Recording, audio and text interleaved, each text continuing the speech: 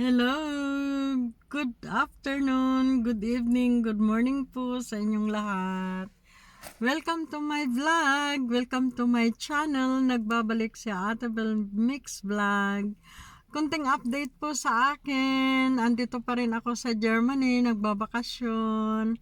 Kayo, kumusta na po kayong lahat? Today is Saturday dito sa amin. Nandito ako ngayon sa auto, nakaupo at nagbabantay ng apo ko.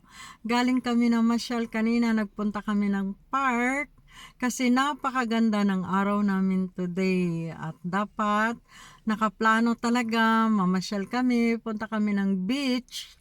Hindi namin nagawa kasi yung apo ko ayaw nang maglakad at nakalimutan namin magdala ng kinder carry niya kung saan pwede siyang upo, pwede siyang mahiga, matulog. Gusto niya nakabuhat siya palagi dahil mabigat na rin yung apo ko. Kaya sabi ko sa anak ko, uwi na lang tayo kasi nakaplano din ako para sa araw na ito na ako ang magluluto ng pagkain namin this time hapunan. So, sabi ko sa anak ko dahil marami pa pala akong gagawin.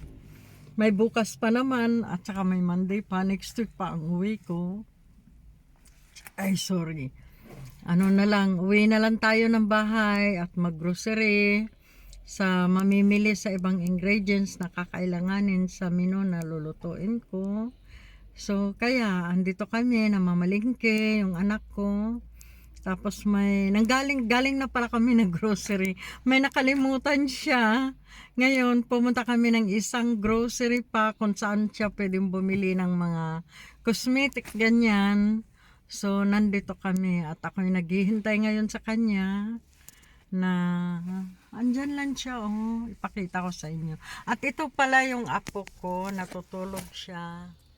Kita nyo, yan. Kaya naiwan ako dito.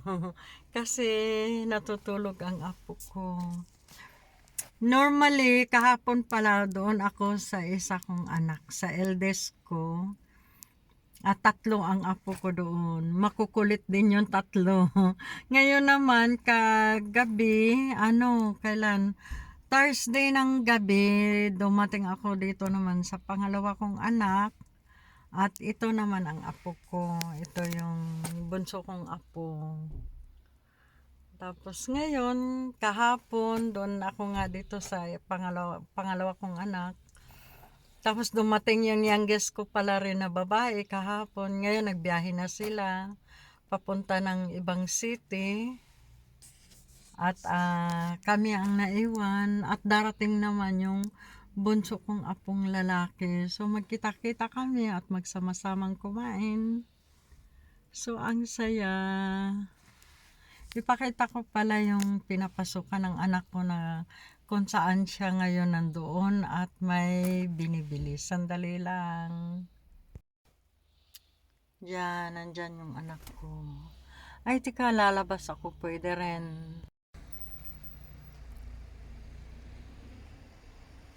So, ito yung lugar kung saan nakatira yung anak ko. Diyan kami namimili ng pagkain. Makakabili ka dyan ng karne. Lahat, mga foods, baby foods, lahat ng pangangailangan, mabibili mo dyan. Tsaka mga drinks, lahat-lahat. So, dyan din, pwede rin sa Rivi. At andyan ngayon yung anak ko kasi may nakalimutan siyang bilhin. Bibili siya ng para pang manicure, cutics. Yun bibilhin niya. Ang pangalan ay Rosman. So kaya siya nandyan siya ngayon. So hinihintay ko. Grabe, ang lamig na kaya mga kabayan. Wala akong makapal na jacket. Sobrang lamig na talaga. Kami, 9 degrees yata kami ngayon. Grabe, super lamig talaga. Kanina, medyo maganda pa yung panahon. Pero ngayon na makita mo talaga na pababa na yung araw. Kaya grabe yung lamig. Nilalamig ako. So yan.